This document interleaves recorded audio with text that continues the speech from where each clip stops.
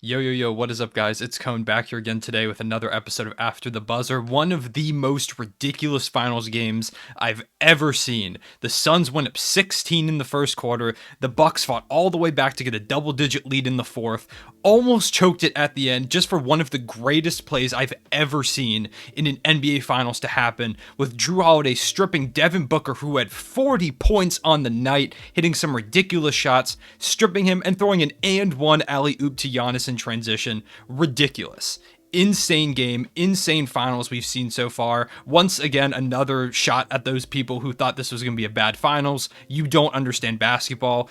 This was amazing. This was one of the best games. I've gotten so much enjoyment out of this finals, but this was by far the best game. Ridiculous shot making on both sides of the court. So many frustrating moments that I'm going to talk about, specifically from the Phoenix Suns side of the ball, but I need to start with talking about probably the guy of the game, Jrue Holiday. I'll talk about Chris Middleton and Giannis in a second. But Jrue Holiday, he's been MIA. We have not seen Jrue Holiday on the offensive end of the ball all series. He's shown up on defense. He's had some big moments against Chris Paul and Devin Booker. But in this game, in the biggest game of his career, in the biggest game in Bucks history in a really long time, Jrue Holiday, 27 points, 4 rebounds, 13 assists, and locked up amazingly on Devin Booker on a lot of possessions. And like I said, when his team needed a stop, when the Suns had all the momentum, they were down 1 point. Devin Booker going to the basket, tries to pull it from mid-range, doesn't get it. Just kind of a turnaround.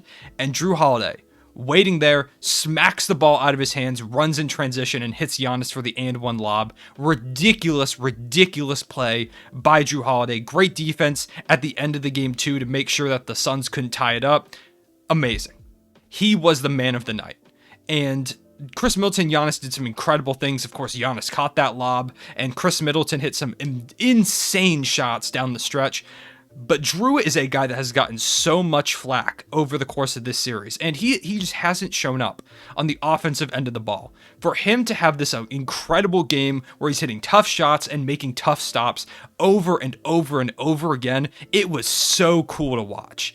And now, in his first ever meaningful full-on playoff run, other than going to the second round with the New Orleans Pelicans a few years back, Jrue's one game away from winning the finals. He showed why he's deserving of first team all defense. He showed why the Bucks traded all those picks for him. That moment right there, that end of the game moment where the Suns just need one bucket and the Suns go up and potentially take a 3-2 series lead. The one play that resulted in that not happening was Jrue Holiday's defense. And that is so poetic for Jrue. Shout out to him, super happy for the guy. As I mentioned, Chris Middleton, some ridiculous shots, 29, 7, 5. He stepped up in a big way, showing why the Bucks believed in him, why the Bucks paid for him, why they chose him to be the secondary guy next to Giannis. They went to him a lot during the stretch of this game. There was some moments where he kind of went cold, but overall, over the course of the game, Chris Middleton's shot creation and his ability to hit difficult shots is amazing. And just really all around in this series, I've seen some of the most ridiculous shots I've ever seen. Some people are going to think that's crazy, but the amount of shot creation and shot making talent we've seen in this series, both from the mid-range and from the three-point line, it almost feels unprecedented, the level of difficult shots that we're seeing go into the basket. It's unreal. It is so much fun to watch. I feel like every other shot is someone hitting a shot where their hand is here releasing the ball and the defender's hand is right here, as close as possible to blocking the ball, and they still put it down every single time. And finally, the guy that's the current favorite for Finals MVP, the 26-year-old that has the potential after these finals to have one of the greatest resumes we've ever seen from a 26-year-old, Giannis Antetokounmpo, 32, 9, and 6, finishing the lob that sealed the game, getting a tip-out rebound on his missed free throw off the and one to help them seal the game. Giannis was so damn good in this game. I don't like to rank players that much. I'm not a super big fan of making lists to rank guys because I feel like that fluctuates a lot. But Giannis, when you talk about the best player in the NBA, the best player, he has to be in that conversation. The way that he is performing in these finals, offensively and defensively, he's hitting mid-range jumpers. That's something we haven't seen from Giannis before at a consistent rate. He's killing the game. He's doing everything. He has to be in conversation for the best player in the league. I don't know whether he is or not, but especially if he gets this Finals MVP, we've got to talk about it. Back-to-back 40-point games, a 32-9-6 game in this one. He's unstoppable.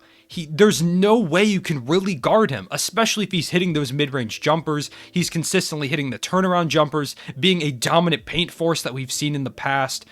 It's unbelievable. And it's super cool to see Giannis do that. And finally, I want to give a shout to, first of all, I want to give a shout to Pat Connaughton, who turned into Steph Curry in this game.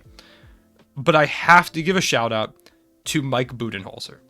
I have been very hard on Mike Budenholzer. I've said multiple times on this channel that even if the Bucks won the finals, I would still consider firing him. That's how much of a fan I've not been of his throughout this recent period. But he has impressed me. He did it. He made me eat my words. Mike Budenholzer has been great these last 3 games. Specifically, the fact that he has found a way to make the Suns uncomfortable. All season, we have seen the Suns dominate games in terms of dictating the pace, dictating the flow, and getting good shots. Tonight, the Suns took some of the worst shots I've probably seen from them all year, and the only reason they were really in this game this much is because they have some incredible shot makers. The Suns were uncomfortable. And the reason the Suns have been so good is because they're so good at moving the ball, dominating the flow of the game, deciding what to do. It was just incredible basketball. So for Mike Budenholzer to keep throwing different defensive schemes at them, keep throwing different offensive sets at them, to keep them on their toes and uncomfortable, it's been impressive. There are different lineups. While the same few guys usually play, there are so many different combinations of lineups that Budenholzer has thrown out there at the Suns. It's tough for them to adjust. And they attack a team that's missing Dario Saric, lacking the size, with a lineup earlier in the game that had Bobby Portis, Giannis, and Brook Lopez. He is doing things right, and I'm impressed. That's my shout out to Mike Budenholzer. I apologize. I'm impressed that he's done it. Now when we talk about the Suns, like I said, the Bucks made them uncomfortable. And that right now has them 1 game away from winning the finals. The biggest problem for the Suns in this game was, like I said, they didn't take great shots and they just weren't playing typical Suns basketball. We see the ball moving so much, but in this game, they settled a lot of the time for really tough isolation possessions against a super physical and tough defensive team in Milwaukee. Devin Booker had 44 and 3. He was phenomenal tonight. He did take a lot of bad shots, but they went in. And at the end of the game, Monty Williams should have called a timeout. The Suns were down 1, and Devin Booker brought the ball up the court, ended up getting stripped by Jrue Holiday. They should have called a timeout. I'm going to stand by that fact. Even if they made that shot, I would have called a timeout there because you need to get... The Suns were struggling all night to get good looks. At that point in the game, when you're exhausted and tired, you want to do whatever you can to get a good look. And if you've got that timeout, use it. So many guys, Devin Booker, DeAndre Ayton specifically, Chris Paul did it a couple times as well, they were just going for these really tough buckets. And you can do that for a while, but at the end of the game, eventually you're going to get tired and you're just going to start missing them. And that was what happened. And not only that, but the Suns could not buy an offensive rebound. One of the most important things in basketball, and shout out to my guy Pierre Pee-wee, go check out his channel if you haven't checked it out before, because he harps on this all the time.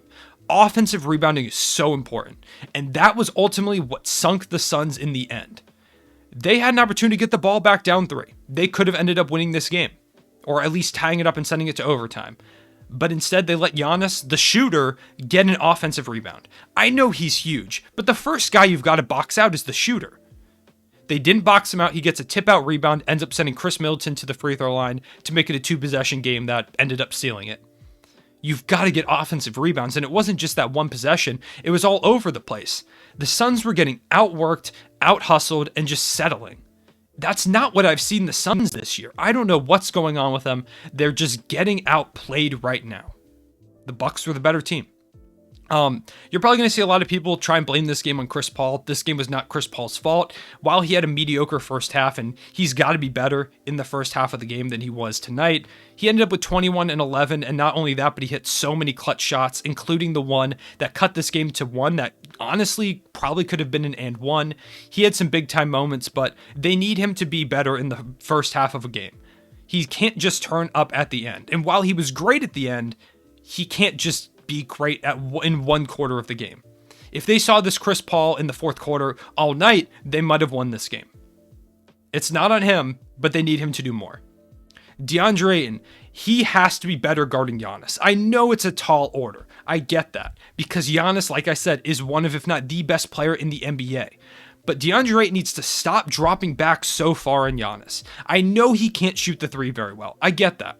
So you do want to sag off of him, but especially there was one play that stuck out to me at the end where DeAndre Ayton was sitting like in the paint with Giannis on the three-point line, and Giannis had so much time to build up speed that there was no way Ayton was going to stop him unless he fouled him, which he did, and gave Giannis an and one. You can give up and ones to Giannis sometimes because he misses free throws, but you can't just give him buckets like that. He gets so much speed running up from the three-point line. He's like a freight train. How are you supposed to stop that? In addition to the fact that he was hitting mid-range jumpers, I don't get it. I know you want Giannis to settle for those outside shots, but if Giannis is smart, he can just start running like 20 miles an hour at your face before you get the chance to even contest the shot. Ayton has to be better on Giannis. Like I said, it's a lot to ask of him, but that's what they need. If they want to send this to a Game 7 and win these finals, they need Ayton to do a better job of guarding him. They need Chris Paul to show up more. And at the end of the game, Devin Booker can't settle for so many of those shots. Like I said, he was phenomenal, but he can't settle the way that he was at the end of that game. They need better play from Jay Crowder. They need more buckets from Cameron Johnson, Cameron Payne. The whole team is going to have to step up because the Bucks just dominated this game. If you want to send this to a Game 7, you've got to get back to the way that the Suns have played basketball over the course of this year. Good ball movement, smart plays, good defense. I think they can do it, but it's going to be tough. The Bucks are 1 win away. We might be in store. I don't know when the next game is. I'm assuming in 2 days, the way it has been. We might be 1 game away from the end of the season, which is kind of crazy to me, and which also means there might only be one more of these after the buzzer videos till like September, October. I think they're starting the season in October, till like October, which is crazy to me. Maybe I'll do like an after the buzzer season recap thing. Let me know if you want to see that. But for potentially the second to last time, we'll see what the Suns do. I appreciate you guys watching this video. I'll see you guys later. Real one, say it back.